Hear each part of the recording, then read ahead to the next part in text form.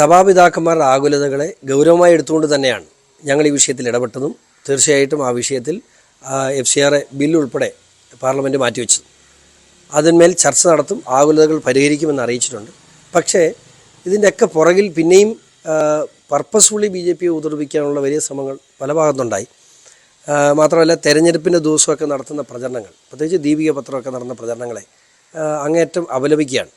ഇത്തരത്തിൽ ഒരു കാര്യം മാത്രം ചിന്തിച്ചാൽ മതി, ഈ പിന്തുണയ്ക്കുന്ന KC വേണുഗോപാലും ജോസ് കെ മാണിയും ഇവരൊക്കെ സഭയ്ക്ക് വേണ്ടി എന്തു ചെയ്തു, അല്ലെങ്കിൽ സഭയ്ക്ക് നിർണായകമായ നിലപാട് ഉണ്ടാകേണ്ട സമയത്ത്, സഭയ്ക്ക് അനുകൂലമായ നിലപാടുണ്ടാകേണ്ട ഒരു സമയത്തും, അത് 80-20 വിഷയമാകട്ടെ, പള്ളുരുത്തി വിഷയമാകട്ടെ, മുനമ്പം പ്രശ്നമാകട്ടെ, സംവരണ വിഷയങ്ങളാകട്ടെ, JB കോശി കമ്മീഷനാകട്ടെ, റബ്ബറിൻ്റെ വിലയാകട്ടെ, ഇതെല്ലാം എടുത്ത് നോക്കിയോ, ഇവിടെ എന്നും ഒന്നിനും ഇടപെടാത്ത ഇവർക്ക് വേണ്ടി ഈ ചില വ്യക്തികൾ, സഭ എന്ന് ഞാൻ പറയില്ല, ചില വ്യക്തികൾ വിടുപണി ചെയ്യുന്നുണ്ട്.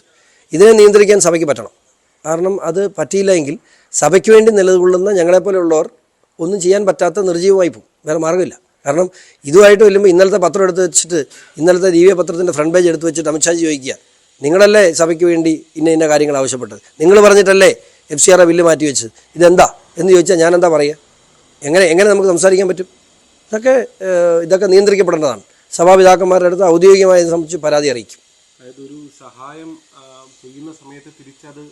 ഇല്ല, ഉപദ്രവിക്കാതിരിക്കാമല്ലോ. സഹായം ഒന്നും BJP ചോദിച്ചിട്ടില്ല, ഒരു സഹായം ചോദിച്ചില്ല. നിഷ്പക്ഷമായി എല്ലാവരെയും കാണുന്നല്ലോ ഒരേപോലെ കാണണമെന്ന് പറഞ്ഞില്ല. പക്ഷേ പർപ്പസ്ഫുള്ളി BJP ഉപദ്രവിക്കുക എന്ന് പറഞ്ഞ് ദീപികയുടെ സഭയുടെ മുഖപത്രം എന്നാണ് പറയുന്നത്. സഭയുടെ മുഖപത്രം ഇപ്പോൾ സാന്റാമോണിക്കയുടെ ഷെയറുള്ള പത്രമാണ്. അങ്ങനെ വിവിധ ഇൻവെസ്റ്റേഴ്സ് അവിടെ ഉണ്ട്. അവരുടെ താല്പര്യങ്ങൾ സംരക്ഷിക്കുന്ന കൂടെ സഭയുടെ മുഖപത്രം എന്ന പേരും കൂടെ ഒരുമിച്ച് കൊണ്ടുപോകാൻ പറ്റില്ല. രണ്ടും കൂടെ ഒരുമിച്ച് പോകുന്നത് ബുദ്ധിമുട്ടാവും. അല്ല, ഞങ്ങൾ ഈ കാര്യങ്ങൾ പിതാക്കന്മാരെ അറിയിച്ചപ്പോൾ പിതാക്കന്മാർ വളരെ കൃത്യമായിട്ട് അതിന്മേൽ യാതൊരു പ്രതികരണം പിന്നെ നടത്തിയില്ല. ചർച്ചയ്ക്ക് തയ്യാറാണ്, ഞാൻ തന്നെയാണ് അറിയിച്ചത് ചർച്ചയ്ക്ക് തയ്യാറാണെന്ന്. ആ ചർച്ചയ്ക്ക് തയ്യാറാണെന്ന് അറിയിച്ചപ്പോൾ അവിടെ തീർന്നു. പക്ഷേ ഇപ്പോഴും പിതാക്കന്മാരുടെ ലേബലിൽ ചില ആളുകൾ ഇവിടെ UDF വേണ്ടിയും ചില വ്യക്തികൾക്ക് വേണ്ടിയും വിടുപണി ചെയ്യുകയാണ്. അതിനെ നിയന്ത്രിക്കാൻ ഇനി സഭയ്ക്ക് കഴിഞ്ഞേ പറ്റൂ. അല്ലെങ്കിൽ ഞങ്ങളെപ്പോലെ ഇന്നലെ തന്നെ എന്നോട് ചോദ്യം, ഇന്നലെ രാവിലെ പത്രം വന്നു, നിങ്ങൾ പറഞ്ഞിട്ടല്ലേ FCR മാറ്റി വെച്ചത്, നിങ്ങൾ പറഞ്ഞിട്ടല്ലേ ഇതിനകത്ത്, അതും രാജ്യസുരക്ഷയ്ക്ക് ബാധകമായ ഒരു വിഷയത്തെ ചർച്ചയ്ക്ക് വേണ്ടി മാറ്റിവെച്ചു, എന്നിട്ടും ചെയ്യുന്ന ഇതാണ് എന്ന് പറഞ്ഞാൽ ഞങ്ങൾക്ക് എന്ത് മറുപടിയാണ് പറയുന്നത്? സഭയ്ക്ക് വേണ്ടി സഭയുടെ വക്താവ് എന്ന നിലയിൽ പാർട്ടിക്കുള്ളിൽ നിലനിൽക്കുന്ന ആളാണ് ഞാൻ. അപ്പം നമ്മളെപ്പോലുള്ളവർ വലിയ പ്രതിസന്ധിയിലായി പോകും. നമുക്കിനി ഒന്നും ചെയ്യാൻ പറ്റാതെ വരും. സഭയ്ക്ക് വേണ്ടി ഇതേ നിലപാട് തുടർന്നാൽ സഭയെ പിന്നീട് ഇത്തരം കാര്യങ്ങൾ സഹായിക്കുന്നതിനെ കുറിച്ച് ആലോചിക്കേണ്ടി വരും. അല്ലല്ല, സഭയല്ലല്ലോ പ്രശ്നം ഉണ്ടാക്കുന്നത്. സഭയുടെ പേരിൽ കുറേ ആളുകൾ നടത്തുന്ന ഈ കോപ്രായങ്ങളെ നിയന്ത്രിച്ചേ പറ്റൂ. അതാണ്, അതിന് സഭ ഇനി കൺട്രോൾ ചെയ്തേ പറ്റുള്ളൂ. ഞാനും സഭാംഗമാണ്. ഞാൻ BJPക്കാരനാണ്. സഭയിൽ BJPക്കാരുണ്ട്, കോൺഗ്രസ്സുകാരുണ്ട്, CPM-മാരുണ്ട്. ഇപ്പം NS പറയുന്നത് സമദൂരം എന്ന് പറയുന്നത് ശരി ദൂരവും സമദൂരമായിരിക്കണം.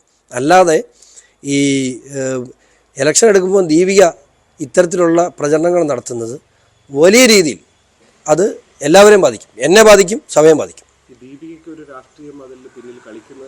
ഉണ്ട്, തീർച്ചയായിട്ടും. ദീപികയ്ക്ക് കൃത്യമായി അത്തരം വിടുപണി ചെയ്യുന്ന എന്തിനാണ്? KC വേണുഗോപാലിന് വേണ്ടി, ജോസ് കെ മാണിക്ക് വേണ്ടി ദീപിക ഇങ്ങനെ മനുഷ്യനെ അവമാനിക്കുന്ന എന്തിനാണ്? എല്ലാവരും സമദൂരമല്ലേ. എത്രയോ വിഷയങ്ങളിൽ ഞങ്ങളൊക്കെ ഇടപെട്ട് സഭയുടെ ഒപ്പം നിന്നു. അപ്പോൾ അതിനൊരു മര്യാദ തിരിച്ച് കാണിക്കണ്ടേ? അപ്പോൾ ആ മര്യാദ ലഭിക്കുന്നില്ല എങ്കിൽ ഞങ്ങളൊക്കെ വാമൂടിക്കെട്ടിപ്പോവും, നമുക്കൊന്നും ചെയ്യാൻ പറ്റില്ല.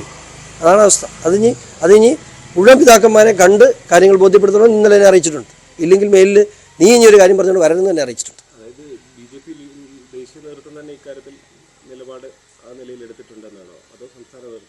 അല്ല, ഞാൻ പറഞ്ഞില്ലേ, ആര് പറഞ്ഞു എന്നുള്ളത് അവിടെ നിൽക്കട്ടെ. ഞാനാണ് സഭയുമായിട്ട് ഏറ്റവും കൂടുതൽ കമ്മ്യൂണിക്കേറ്റ് ചെയ്യുന്നത് BJP-യിൽ നിന്ന്. അങ്ങനെ കമ്മ്യൂണിക്കേറ്റ് ചെയ്യുന്ന എന്നോട് വളരെ കൃത്യമായി തന്നെ പറഞ്ഞിട്ടുണ്ട്, ഈ നിലപാട് തുടർന്നാൽ സ്വാഭാവികമായിട്ട് നമുക്ക് ബുദ്ധിമുട്ടുണ്ട്. കാരണം എന്ത് പറഞ്ഞാലും ചെയ്തു കൊടുക്കും. അവസാന ഇലക്ഷൻ ആകുമ്പോൾ ഈ പണിയാണ്. അത് ശരിയല്ല.